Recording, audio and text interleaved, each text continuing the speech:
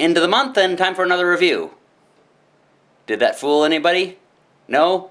Okay, yeah, actually it is the middle of the following month, or close to it, and I am really late on this review. But as you can tell probably by my tired raccoon eyes and my Go Big Red shirt, I'm in Nebraska again, and you can probably see from the background and all that.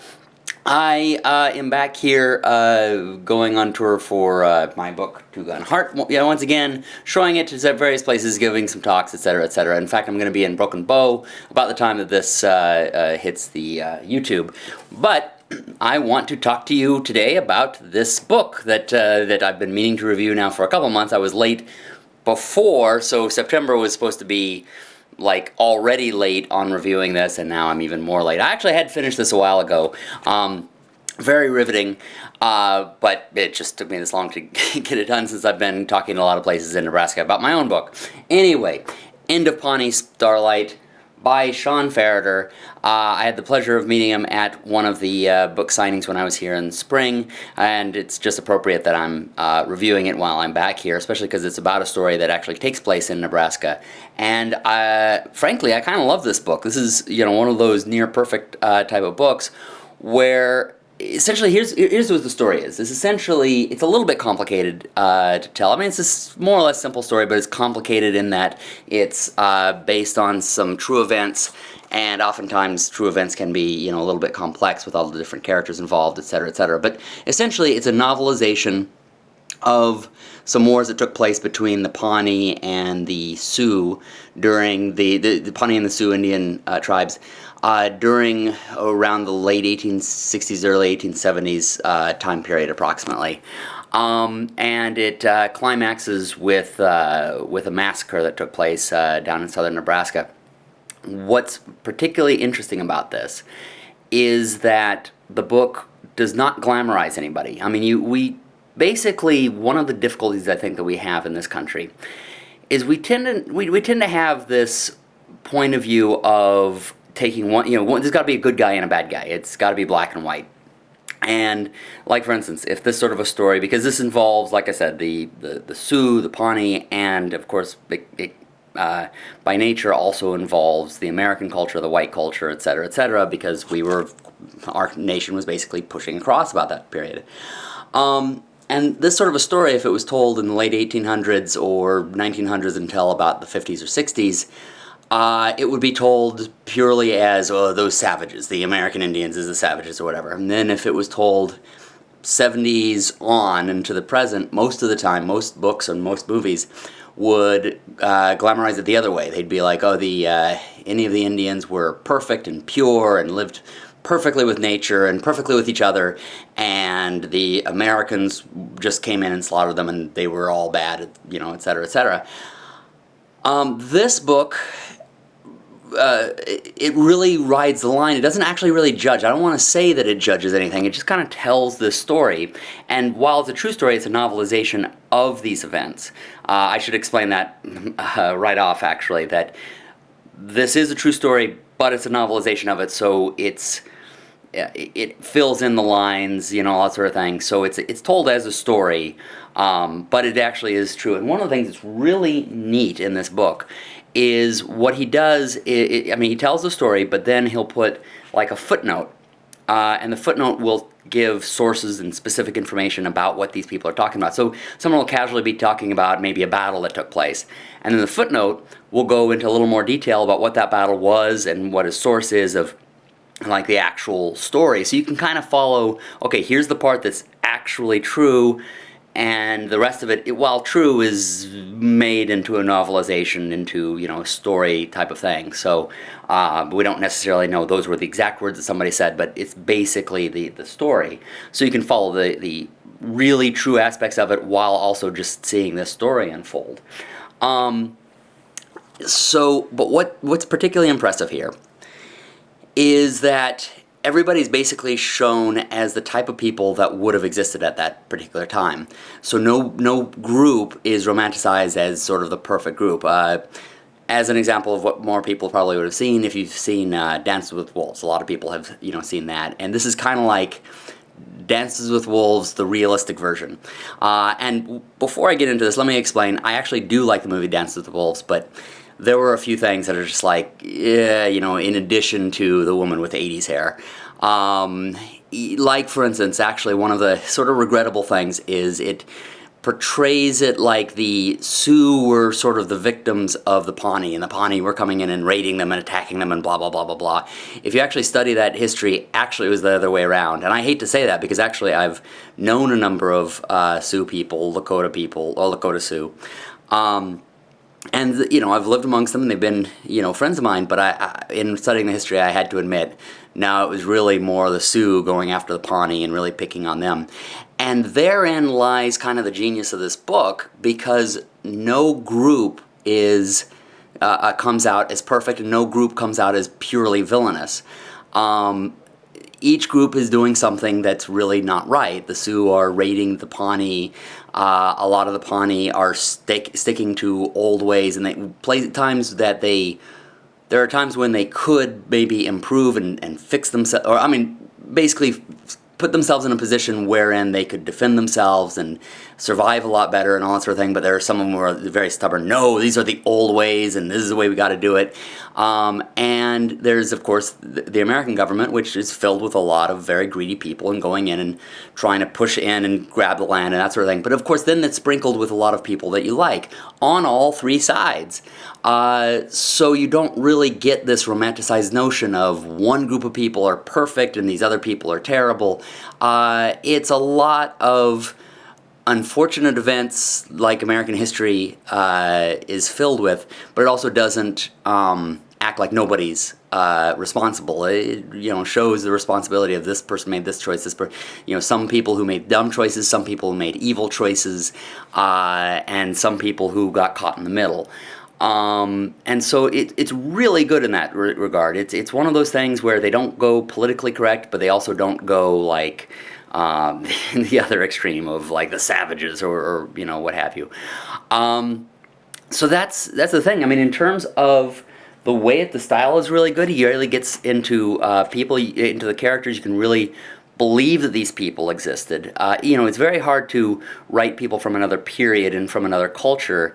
And I have to admit, there were some times when it was hard to get into some of the American Indian cultures. By the way, I'm going to get a little close to this light. Here we go. At least one side of my face is lighter. There are, sometimes it's hard to get into the cultures of some of, some people who are part of another culture. It's kind of harder to relate to the way they talk, etc. And it's very hard to write for them, but I think that he got it for the most part. As much as I can tell, there's a few times with the editing. I think with I'm still trying to find the light here. I think with with self-published books, with independently published books, you do have to talk about the editing. It's the bane of what we do. It's the most difficult, most expensive, part. And a lot of these books, you find them sprinkled throughout. This one, what's interesting is it's rare that he has an editing mistake, but when he does, it's kind of like they're all on one page. You'll come upon one page and there will be editing problems, and the way it's written is just a little, bumpy and all that sort of thing. And then the next page will be perfect. So you get the idea, okay, well, there's certain days where he just had a bad day or something like that, and it didn't quite get corrected. That's minor. It's, for the most part, the worst thing one could say, about this, aside from the fact that it might be hard for some people to get into just because of the cultural differences, but that really is the only, difficulty. So the one real true, because I always try to have some constructive criticism with all the books, and here would be my main one. It's the cover.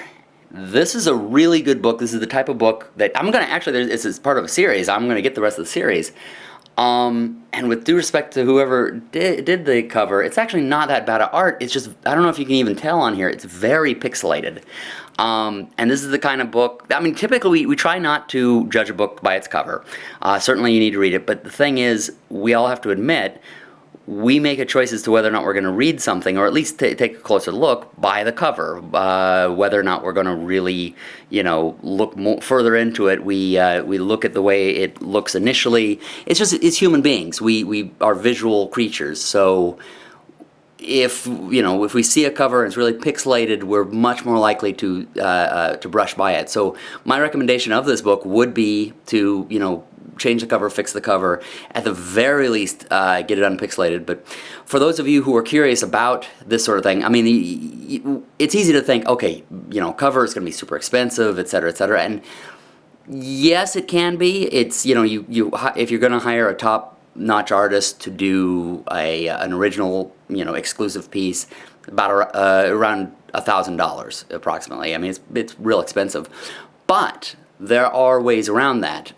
First of all, you can go to places like Dreamstime, where you can download art for not a real expensive price. My own book, The American Game, that actually came from a picture from Dreamstime, and in fact, I'm actually even going to change that. I'm going to make it a little more Civil War oriented, because all baseball and Civil War is what really kind of sells, and that's part of it. You do want it to be accurate. You don't want to just create something that's going to be eye-catching, but it doesn't tell the subject.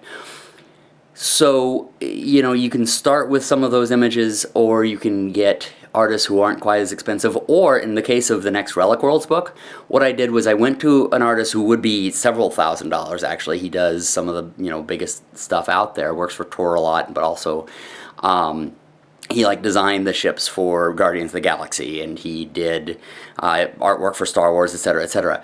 But what I did was I found some of his older art that he now has the rights. The rights have gone back to him, and he is selling me the non-exclusive rights. Now, in this particular case, it's actually $700, but I'm getting some of this top-notch professional art for that originally went for probably $5,000 or something like that, for much lower.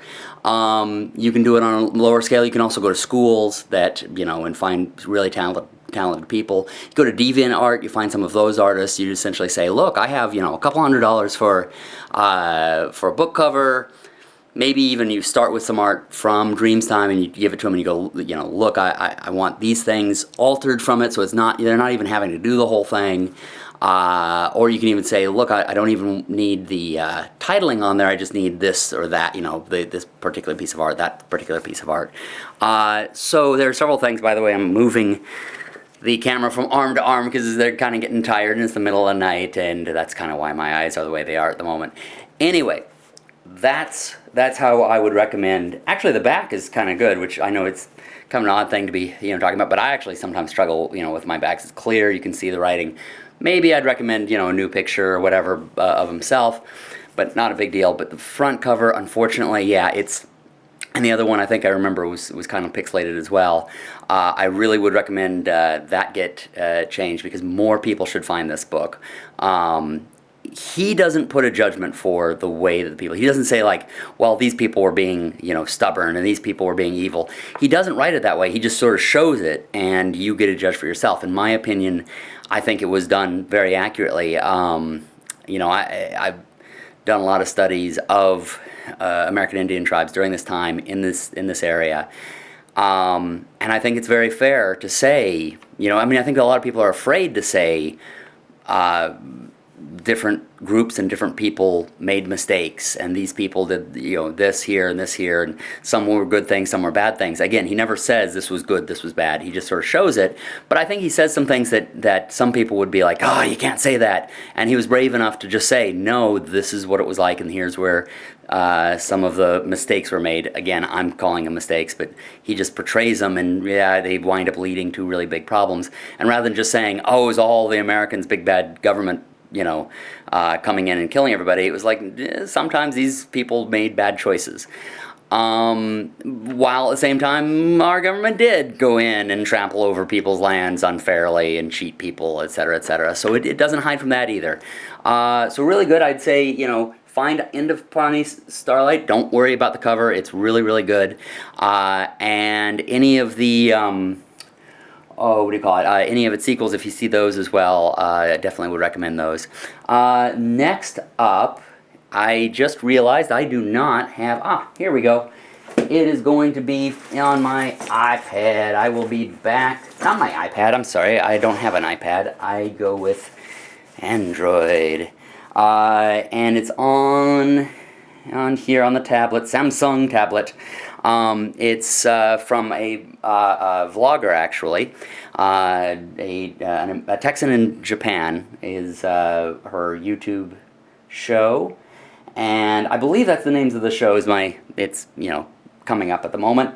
But I'm going to be doing that at the end of this month. Actually, it's only a couple weeks away, so you'll see it. I guess you don't necessarily need me to go looking for that. But in the meantime, be sure to read more independent books. I'm going to also try to put up a couple of vlogs. I know I've been saying that for a while, but it's probably only 2 of you watching anyway. Yeah, this is going to take a while to get back up. So thank you all for watching. I'll be back in a couple of weeks, hopefully maybe sooner.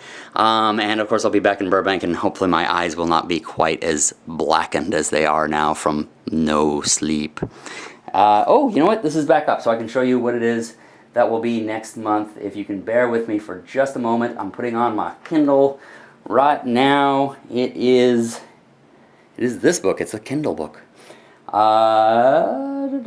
Oh, I just remembered. My husband thinks I'm crazy.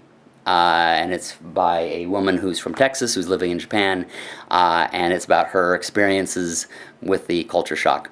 All right, thank you all for watching. Read more independent books.